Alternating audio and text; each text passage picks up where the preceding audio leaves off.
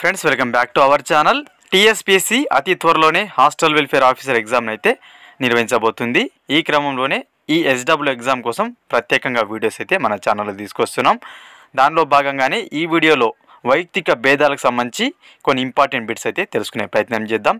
ఈ SW exam సంబంధించిన free online టెస్టులు రాయాలనుకుంటే మన వెబ్సైట్ని విజిట్ చేయండి. వెబ్సైట్ లింక్ అనేది డిస్క్రిప్షన్లో ఉంటుంది. లేదన్నట్లయితే telugueducation.in అని గూగుల్లో సెర్చ్ చేయండి. మన లోగోతో ఉన్న వెబ్సైట్ని విజిట్ చేసినట్లయితే అక్కడ మీకు ఆన్లైన్ టెస్ట్ సెక్షన్ కనిపిస్తుంది. అందులో మనకు టాపిక్ వైజ్ కూడా ప్రొవైడ్ చేయడం జరిగింది. ఎస్డబ్ల్యూ కోసం ప్రత్యేకంగా టెస్ట్లను ఫ్రీగా రాయొచ్చు. మీరు ఎటువంటి డబ్బులు చెల్లించకుండా ఫ్రీగా ఆన్లైన్ టెస్ట్లు అయితే రాసుకోవచ్చు. ఓకేనా ఫ్రెండ్స్, ఈ వీడియో కనుక మీకు నచ్చినట్లయితే తప్పకుండా లైక్ చేయండి. లైక్ చేయడంతో మన వీడియో చాలామందికి రీచ్ అవుతుంది. అదేవిధంగా నేను మరిన్ని వీడియోస్ మీ ముందుకు తీసుకురావడానికి సపోర్ట్గా ఉంటుంది. తప్పకుండా లైక్ చేసి షేర్ చేయండి ఫ్రెండ్స్. ముందుగా ఫస్ట్ వన్ చూసినట్లయితే క్రింది వాటిలో సరికానివి. ప్రజ్ఞకు సంబంధించి 3 అంశాలు అయితే ఇవ్వడం జరిగింది. వాటిలో ఏవి సరికావని అడుగుతున్నారు, చూద్దాం. ఆప్షన్ ఏ పూర్తిగా మాపనం చేయవచ్చు. ఆప్షన్ బి అనువంశికంగా వస్తుంది. ఆప్షన్ సి వైయక్తిక భేదాలు ఉండవు.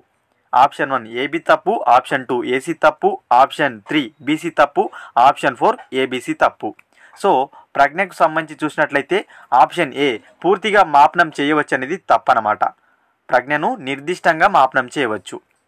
ఆప్షన్ బికి వచ్చేసరికి ప్రజ్ఞ అనేది అనువంశికంగా సంక్రమించే ఒక మానసిక శక్తి అనమాట. ఇది సరైంది. అదేవిధంగా ఆప్షన్ సి చూసుకున్నట్లయితే ప్రజ్ఞలో వైయక్తిక భేదాలు ఉండవు అనేది తప్పు. ప్రజ్ఞలో వైయక్తిక భేదాలు ఉంటాయి. ఓకేనా. ఏసీ తప్పు ఎక్కడ ఉంది? ఆప్షన్ 2లో ఉంది. So option 2 is the right answer. చాలా చాలా ఇంపార్టెంట్. ఓకేనా. ప్రజ్ఞ అనేది నిర్దిష్టంగా మాపనం చేయవచ్చు, అనువంశికంగా వస్తుంది, అదేవిధంగా వైయక్తిక భేదాలు ఉంటాయి. ఇది ప్రజ్ఞకు సంబంధించిన అంశాలు అన్నమాట. Option 2 right answer. Next one, పిల్లల వ్యక్తిగత భేదాలను నిర్మాణాత్మకంగా పోషించడం ద్వారానే ఒక దేశం అభివృద్ధి చెందుతుంది అని చెప్పింది ఎవరు? Option 1 Charles Darwin, option 2 John Dewey, option 3 Rousseau, option 4 Plato. So పిల్లల వ్యక్తిగత భేదాలను నిర్మాణాత్మకంగా పోషించడంతో ఆ యొక్క దేశం అభివృద్ధి చెందుతుంది అని చెప్పింది జాన్ డ్యూయీ అనమాట. జాన్ డ్యూయీ ఈ డెఫినేషన్ అయితే ఇవ్వడం జరిగింది వైయక్తిక భేదాలకు సంబంధించి. చాలా చాలా ఇంపార్టెంట్. ఓకేనా. ఎవరు చెప్పారు? జాన్ డ్యూయీ చెప్పాడు. ఏమని? పిల్లలకు సంబంధించిన వ్యక్తిగత భేదాలు, ఇండివిజువల్ డిఫరెన్సెస్కు మనం నిర్మాణాత్మకంగా పోషించినప్పుడే ఆ దేశం అభివృద్ధి చెందుతుందని చెప్పడం జరిగింది జాన్ డ్యూయీ. ఇంపార్టెంట్. ఇతని యొక్క గ్రంథం ఏంటి? డెమోక్రసీ అండ్ ఎడ్యుకేషన్ అనమాట. ఓకేనా. Option 2 right answer. Next one, వైయక్తిక భేదాలపైన శాస్త్రీయ అధ్యయనాలు చేసిన మొదటి శాస్త్రవేత్త ఎవరు? సో మనకు ఇండివిజువల్ డిఫరెన్సెస్ ఏవైతేనో దీనిపైన శాస్త్రీయంగా అధ్యయనాలు చేసిన మొదటి శాస్త్రవేత్త ఎవరని అడుగుతున్నారు. Option 1 Galton, option 2 Stern, option 3 Spearman, option 4 Terman. So వైయక్తిక భేదాలు ఏవైతేనో వీటిపైన శాస్త్రీయమైన అధ్యయనాలు చేసిన మొదటి శాస్త్రవేత్త Francis Galton. Sir Francis Galton అన్నమాట. ఇతను ఏ దేశానికి చెందిన వ్యక్తి అని అడిగినట్లయితే ఇంగ్లాండ్కు చెందిన శాస్త్రవేత్త అని గుర్తుపెట్టుకోండి. ఇంగ్లాండ్కి చెందిన శాస్త్రవేత్త సర్ ఫ్రాన్సిస్ గాల్టన్ వైయక్తిక భేదాలపైన మొదటిసారిగా శాస్త్రీయంగా అధ్యయనాలు అయితే చేయడం జరిగింది.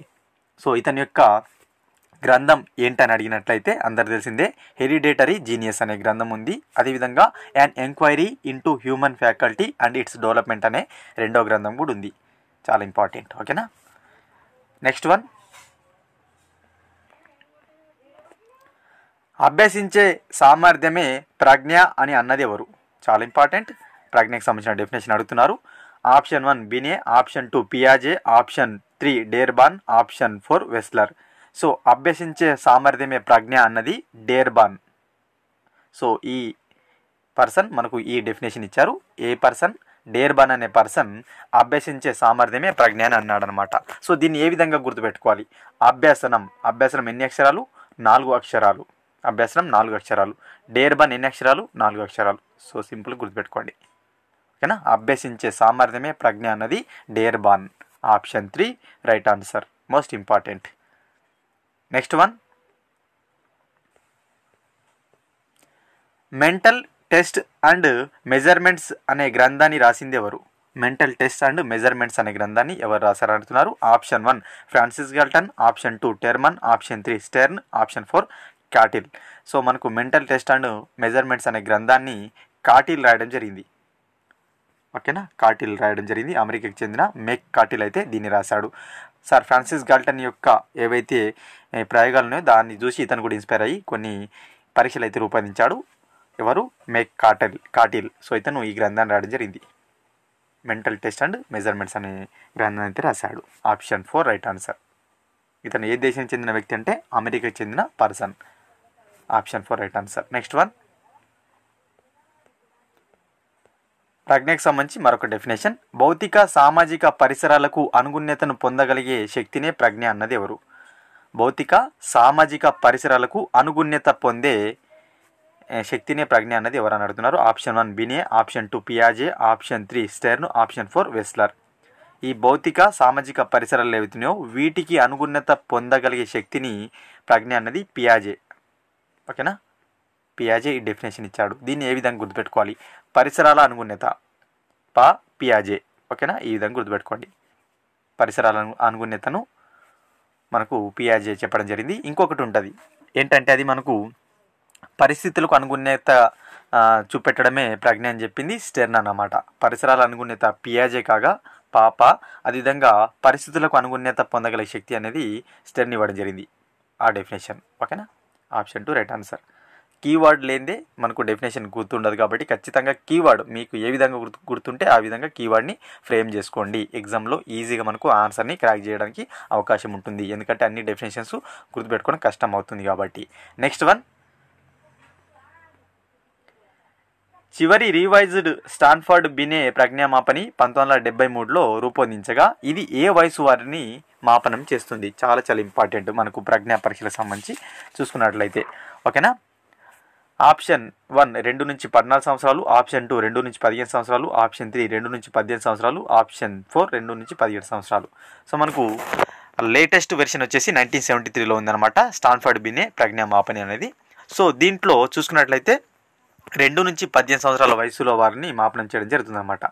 ఈ స్టాన్ఫర్డ్ బినే ప్రజ్ఞామాపని ఏదైతే ఉందో లేటెస్ట్ వెర్షన్లో 2 నుంచి 18 సంవత్సరాల వయసులో వారికి మాపనం చేయడం జరుగుతుంది. అంతకుముందు మనకు చూసుకున్నట్టయితే 1937లో వచ్చిన మాపని అయితే 2 నుంచి 14 ఇయర్స్ వాళ్ళకి మనకు మాపనం చేసే అవకాశం ఉండగా లేటెస్ట్ వెర్షన్లో 18 ఇయర్స్ వరకు మనకు మాపనం చేసే అవకాశం అయితే ఉందన్నమాట. ఈ స్టాన్ఫర్డ్ బినే ప్రజ్ఞామాపనిలో లేటెస్ట్ వెర్షన్ ఏ ఇయర్లో వచ్చింది? 1973లో వచ్చింది. ఓకేనా, 1973లో అయితే రావడం జరిగింది. నెక్స్ట్ వన్, క్రింది వాటిలో సరి అయినవి ప్రజ్ఞకు సంబంధించి ఇస్తున్నారు. ఆప్షన్ ఏ ప్రజ్ఞాలబ్ధి భావనను తొలిసారిగా ఉపయోగించింది విలియం స్టెర్న్. ఆప్షన్ బి ఇతను అమెరికాకు చెందిన వ్యక్తి. సో చూద్దాం ఏ సరైంది, ఇక్కడ క్రింది వాటిలో సరైనవి. ఓకేనా, ఏ సరైంది, బి సరైంది, ఏబి సరైంది, ఏబి తప్పు. సో చూసుకున్నట్లయితే ప్రజ్ఞాలబ్ధి భావనను తొలిసారిగా ప్రవేశపెట్టిన వారు విలియం స్టెర్న్. సరైంది, ఆప్షన్ ఏ సరైంది అన్నమాట. అయితే ఇతను అమెరికాకు చెందిన వ్యక్తి అంటున్నారు. కాదు, విలియం స్టెర్న్ మనకు జర్మనీకి చెందిన పర్సన్. ఓకేనా, జర్మనీకి చెందిన person William Stern, Germany person. కాబట్టి ఇక్కడ సరైంది అడుగుతున్నాడు. ఆప్షన్ 1 సరైంది. ఓకేనా, ఏ మాత్రమే సరైంది ఎక్కడ ఉంది? ఆప్షన్ 1లో ఉంది. కాబట్టి option 1 is the right answer. Important. Next one, ప్రజ్ఞాలబ్ధి కింది వాటిలో ఏ విధంగా ఉంటుంది? ఆప్షన్ 1 స్థిరమైంది, ఆప్షన్ 2 అస్థిరమైనది, ఆప్షన్ 3 పై 2, ఆప్షన్ 4 ఏవి కావు. ప్రజ్ఞాలబ్ధి అనేది స్థిరమైనది. చాలా ఇంపార్టెంట్. Option 1 right answer. ప్రజ్ఞాలబ్ధి ఏ విధంగా ఉంటుంది? స్థిరంగా ఉంటుంది. Option 1 right answer. Next one and last one,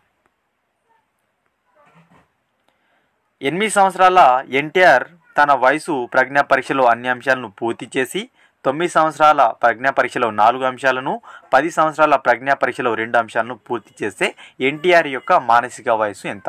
so అందరు తెలిసిందే ప్రజ్ఞాలబ్ధి సూత్రం ఏంది? మానసిక వయసు బై శారీరక వయసు ఇంటూ 100% అనమాట. అయితే మనకి ఇక్కడ 8 సంవత్సరాల వయసు అయితే ఎన్టీఆర్కి ఉంది. అయితే 8 సంవత్సరాల వయసులో అన్ని అంశాలను పూర్తి చేసిండు. అదేవిధంగా 9 సంవత్సరాల సంబంధించిన ప్రజ్ఞా పరీక్షలో 4 అంశాలను, ఓకేనా, 4 అంశాలను, అదేవిధంగా 10 సంవత్సరాల ప్రజ్ఞా పరీక్షలో 2 అంశాలను పూర్తి చేయడం జరిగింది ఎన్టీఆర్. సో 8 సంవత్సరాల వయసు పూర్తిగా చేశాడు కాబట్టి 8 సంవత్సరాలు అదేవిధంగా ఉంటుంది. 9 సంవత్సరాలు 4 అంశాలను ఉన్నాయి కాబట్టి వాటిని రెట్టింపు చేయాల్సి ఉంటుంది. సో రెట్టింపు చేస్తే మనకు వచ్చేసి 8 అంశాలు అవుతాయి. అదేవిధంగా 8 నెలలు అవుతాయి. అదేవిధంగా 10 సంవత్సరాల్లో 2 అంశాలు కాబట్టి ఇక్కడ 2 డబల్ చేస్తే 4 నెలలు అవుతుంది. 8 సంవత్సరాల 12 నెలలు 8 సంవత్సరాల 12 నెలలు అవుతుంది. అంటే దాదాపుగా 9 సంవత్సరాలు. ఓకేనా, అర్థమైందా? మనకు 8 సంవత్సరాల వయసులో పూర్తిగా ఉంది. 8 సంవత్సరాలకి 8 సంవత్సరాలు అదేవిధంగా ఉంటుంది.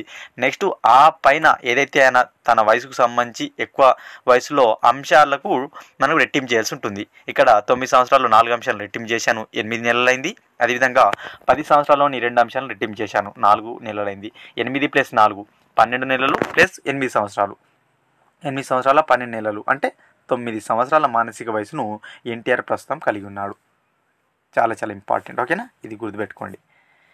Option 2 right answer. ఇవి ఈ వీడియోలో భాగంగా ఇంపార్టెంట్ బిట్స్.